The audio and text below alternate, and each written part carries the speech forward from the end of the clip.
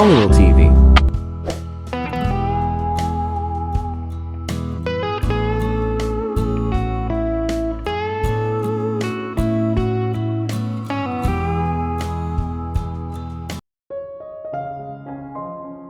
Natagpuan ko ang aking sarili na nagising muli na nakabalot sa nakakaaliw na yakap ni Daniel.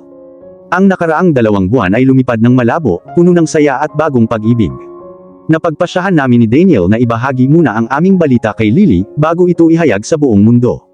Naalala ko tuloy nung sinabi namin kay Lily. Ang kanyang mga luha ng kagalakan ay sumasalamin sa aking sarili, at kami ay nagyakapan, napagtanto na opisyal na akong magiging sister niya. Ito ay isang sandali ng dalisay na kaligayahan. Napagkasunduan namin ni Daniel ang isang small at intimate wedding. Hindi ko pinangarap ang isang grand ceremony. Ang gusto ko lang ay ang presensya ng mga tunay na mahalaga sa akin. Gayunpaman, sa nakalipas na linggo, I had been feeling under the weather.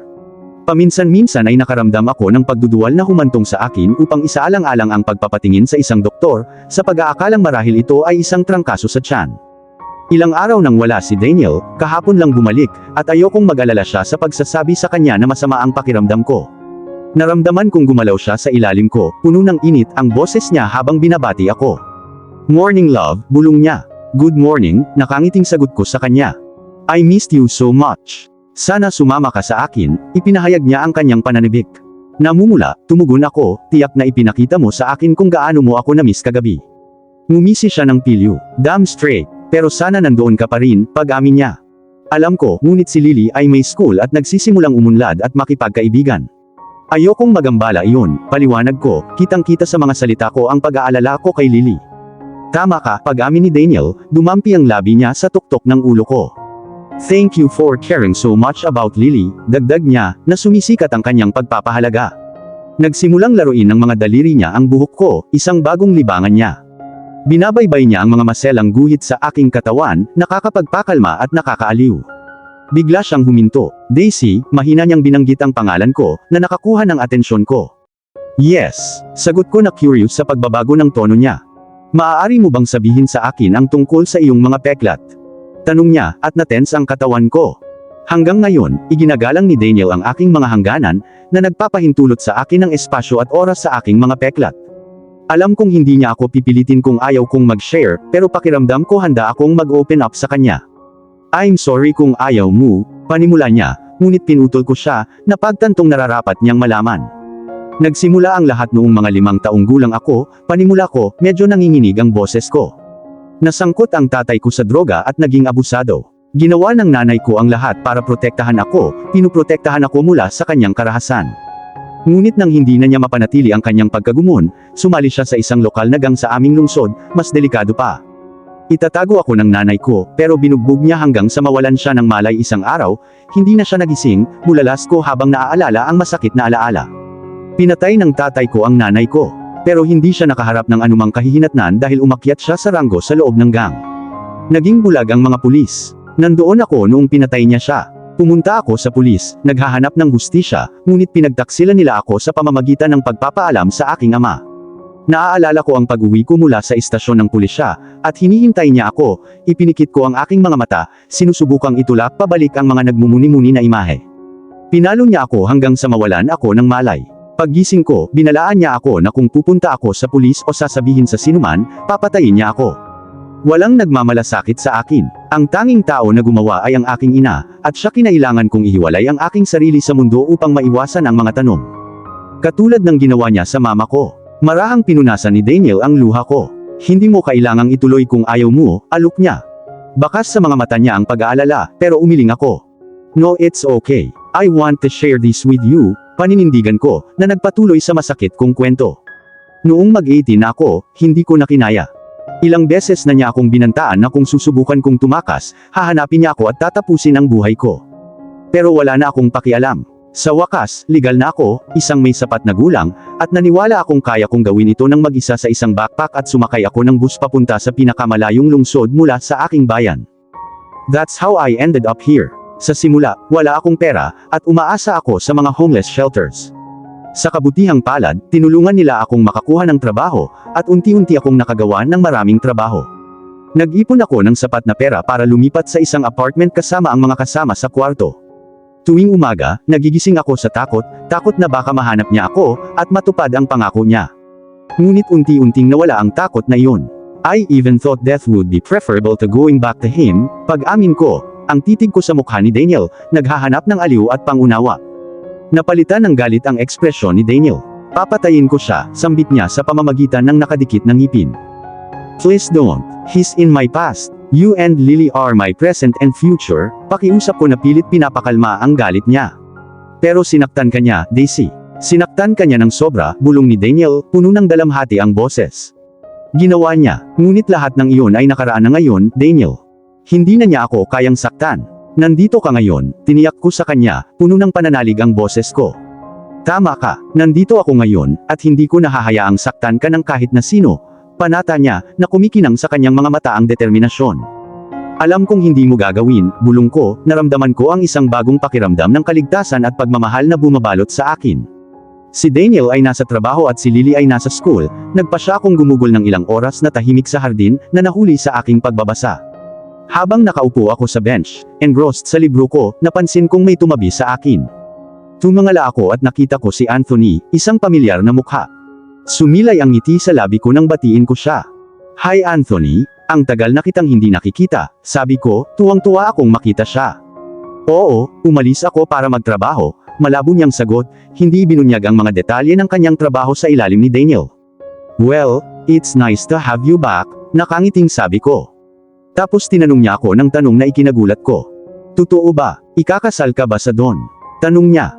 Nagulat ako sa pagiging direkta niya, tumango ako at sumagot, oo, totoo nga. Tila nag-isip siya saglit bago muling nagsalita. Tama kayong dalawa para sa isa't isa. Nakita ko kung paano siya tumingin sa'yo. I used to look at my wife the way. Aniya na may halong nostalgia sa boses. Pinahahalagahan ko ang kanyang mabubuting salita, at ipinahayag ang aking pasasalamat. Thanks, Anthony. I really appreciate it, sincero kong sabi. Sagot niya, walang problema. Mag-ingat ka lang. This is a very dangerous world we live in. If you ever need anything from me, don't hesitate to ask. Ang kanyang pag-aalala ay naantig sa akin, at nag-ipon ako ng lakas ng loob na humiling. Actually, right now, I do have a favor to ask, sabi ko na may halong kaba at pag-asa. Napukaw ang pag-usisa sa kanyang mga mata nang magtanong, ano ito? Pwede mo ba akong ihatid sa aisle? Tanong ko at nanlaki ang mata niya sa gulat. Ano? Bulalas niya na halatang nabigla. Anthony, mas naging ama ka sa akin kaysa sa tunay kong ama noon. Ikararangal ko kung may hatid mo ako sa aisle, paliwanag ko, puno ng emosyon ang boses ko. Tumigil siya sandali, hinigop ang aking mga salita, bago tuluyang tumugon. Kung sigurado ka, Daisy, ito ay isang karangalan. I'm 100% sure, sabi ko, tumayo at niyakap siya ng may pasasalamat na yakap. Thanks Anthony, sabi ko, talagang pinahahalagahan niya ang pagtanggap niya sa aking kahilingan. You're very welcome, Daisy, masiglang sagot niya. Saglit kaming nagpatuloy sa pag-uusap, nag-e-enjoy sa piling ng isa't isa, bago ako umalis para magpatingin sa doktor. Dahil sa patuloy kong karamdaman, nagpa-check up ako. Pagkatapos ng ilang tests, tinawag ako ng doktor pabalik sa kanyang opisina. Sabik kong sinulyapan ang mga results ng test sa aking mga kamay. Pregnant, nabasa ko ng malakas, ang isip ko ay nagugulo sa gulat. Hindi ako makapaniwala buntis ako. Hindi ko alam kung paano ay proseso ang balita o kung ano ang ibig sabihin nito para sa aking hinaharap. The doctor provided me with some vitamins and sent me on my way. Pagdating sa bahay, kinain ako ng kawalan ng katiyakan. Dapat ko bang sabihin kay Daniel? Paano kung hindi pa siya handa para sa isang baby sa sandaling ito? Nawala sa aking pag-iisip, napaupo ako sa kama, hawak-hawak pa rin ang mga pamphlets na ibinigay sa akin ng doktor. Biglang may kumatok sa pinto na nagpatigil sa aking pagmumuni-muni. Ate Daisy, pwede ba akong pumasok? Tawag ng boses ni Lily. Mabilis kong kinuha ang mga papel at folder, tumugon. Oo naman, Lily. Pumasok si Lily sa kwarto at tumalon sa kama, niyakap ako ng mahigpit. Binalik ko ang yakap niya, tinanong ko, kamusta ang school, Lily? Napabuntong hininga siya ng husto. Ang boring, reklamo niya. Isang pilyong ngiti ang naglaro sa kanyang mga labi habang nagpatuloy, pwede ba tayong manood ng movie? Nakangiting sagot ko, sure, let me just. Sinimulan kong sabihin, ngunit bago ako makatapos, kinuha ni Lily ang folder mula sa aking mga kamay at curious na binuksan ito. Nanlaki ang mata ko sa gulat. Ate Daisy, what's this? Tanong niya sabay turo sa mga picture ng mga pregnant mom. Buntis ka ba, Ate Daisy? Magiging auntie na ba ako? Nakakahawa ang excitement niya. Natigilan ako, nakipagdebate ako kung ihahayag ko ang katotohanan. Gayunpaman, nang makita ko ang saya ni Lily, hindi ko mapigilan. Yes, you are going to be an auntie, pagkumpirma ko na may ngiti sa labi ko. Agad siyang tumalon, niyakap ako ng mahigpit, at nagsimulang tumalbog sa kama sa tuwa. Yehey, magiging auntie na ako, bulalas niya, nakakahawa ang kanyang kaligayahan. Nang makaupo na si Lily sa kama, lumapit ako sa kanya. I just have a favor to ask, Lily. Please don't tell your brother. I want to surprise him at our wedding. Can you keep this a secret? Hiniling ko, umaasang maiintindihan niya ang kahalagahan ng surprise. Tumango at sincere na ekspresyon, sumagot si Lily. Of course sis. Sa sobrang saya, niyakap ko siya ng mahigpit, na nagpapasalamat sa lahat ng tao sa buhay ko. The reality of being pregnant was still sinking in. Ang pagiging ina ay isang bagay na hindi ko kailanman naisip sa aking sarili, ngunit ngayong alam ko na, hindi ko maiwasang makaramdam ng kagalakan at excitement. Gayunpaman, hindi ko maalis ang pag-aalala sa magiging reaksyon ni Daniel. Napagpasyahan ko na pinakamahusay na sabihin sa kanya ang tungkol sa pagbubuntis sa aming kasal, na lumikha ng isang magandang surprise para sa kanya. Daisy, naputol ang pag-iisip ko sa boses ni Daniel, at tumangala ako para salubungin ang kanyang tingin. Nakikipag-meeting kami sa wedding planner, na nagpakita sa amin ng progress na nagawa sa ngayon. I'm like everything so far, I remarked, expressing my satisfaction. Tumango si Daniel bilang pagsang-ayon ng lumabas ng kwarto ang wedding planner.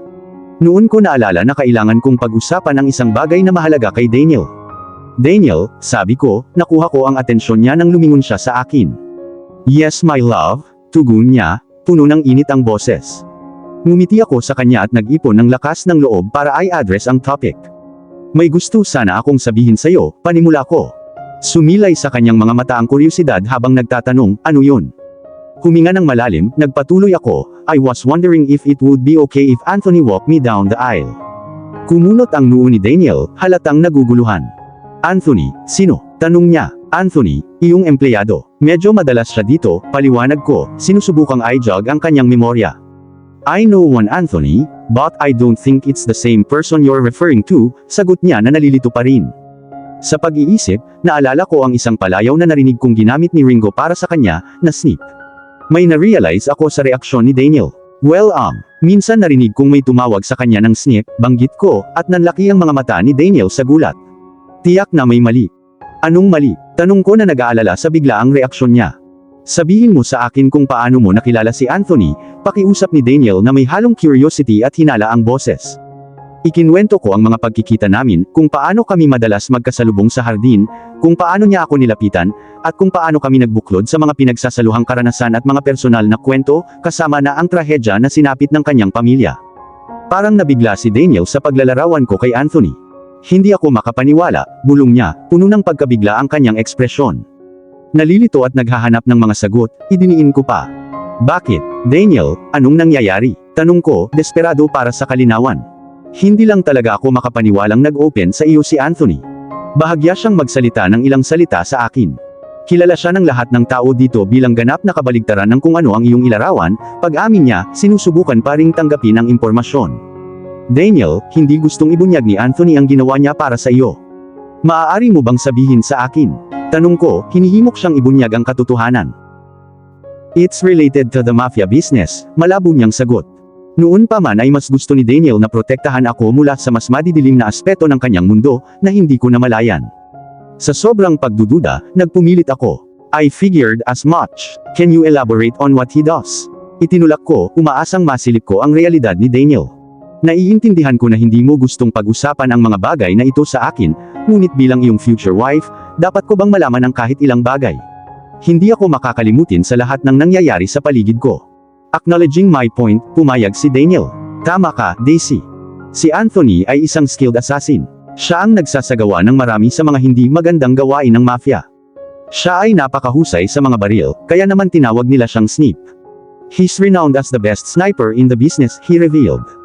Natigilan ako sa revelasyon. Ang parehong Anthony na itinuturing kong isang ama ay may isang mapanganib na propesyon. Hindi ako makapaniwala na iisang tao ang pinag-uusapan natin. Bulong ko, sinubukang i-proseso ang matinding kaibahan na ito. Hindi rin ako. Pagkatapos ng nangyari sa kanyang pamilya, siya ay naging ganap na sarado mula sa lahat, bihirang magbitaw ng higit sa ilang mga salita. Siya ay naging mas nakamamatay kaysa dati. Ako ay tunay na namangha na siya ay nagbukas sa iyo at bumuo ng isang bond. Pagtatapat ni Daniel, puno ng halong pagtataka at paghanga ang kanyang boses. Tinangka kong intindihin ang pagbabago ni Anthony, nagsalita ako. Well, hindi naman siya masama. Nawalan siya ng pamilya, katulad mo. Nawala siya sa sarili niya. Marahil ay nilapitan niya ako dahil ipinaalala ko sa kanya ang anak niya. That might be why he felt compelled to connect. I suggested, sinusubukan na makahanap ng ilang aliw sa gitna ng mga paghahayag. Tumango si Daniel bilang pag-unawa. Given what you now know about him, gusto mo pa bang ihatid ka ni Anthony sa aisle? Tanong niya. Of course I do. Bagamat naiintindihan ko na maaaring nasangkot siya sa mga questionable activities, hindi nito binabago ang aming nabuong samahan. Mas naging ama siya sa akin kaysa sa aking sariling ama kailanman, pagtibay ko, hindi natitinag ang aking determinasyon. Kung iyon ang gusto mo, wala akong nakikitang problema dito, pagsang-ayon ni Daniel, isang mainit na ngiti ang sumilay sa kanyang mga labi. Salamat, Daniel, ipinahayag ko ang aking pasasalamat, tumayo at sumandal upang halikan siya. Pagtingin ko sa relo ko, nanlaki ang mata ko sa realization. Oras na para sunduin si Lily. Nangako ako sa kanya na susunduin ko siya sa school, at ihahatid sa mall. Daisy, alam mo ang nararamdaman ko sa paglabas ninyong dalawa nang hindi ako kasama, ipinahayag ni Daniel ang kanyang pag-aalala, kitang-kita ang kanyang pagiging protective. Naiintindihan ko ang kanyang pag-aalala, tiniyak ko siya. Alam ko, ngunit gusto talaga ni Lily na mag-browse sa ilang mga dress para sa kanyang paparating na recital. Bakit hindi ka sumama sa amin? Mungkahi ko, umaasang magbabago ang isip niya. Hindi pwede, may importante akong meeting mamaya, bumuntong hininga siya, mabigat ang mga obligasyon niya. Please Daniel, isasama namin ang ilan sa iyong mga tauhan, ensuring our safety. We'll be back before you know it, pakiusap ko, umaasang pagbibigyan niya kami ng maliit na pakikipagsapalaran na ito. Atubili, pumayag siya. Fine, mag-iingat ka lang, pagsang-ayon niya, nag-iingat sa kanyang mga salita. Nangangako ako na gagawin namin ang lahat ng pag-iingat. Siniguro ko sa kanya, nakasandal upang bigyan siya ng panghuling halik bago ako lumabas, patungo sa school ni Lily para sunduin siya. At dito na po, nagtatapos ang part 10 ng ating kwento. Sabay-sabay po nating abangan ang susunod na kabanata. Maraming salamat po. God bless and ingat po tayong lahat.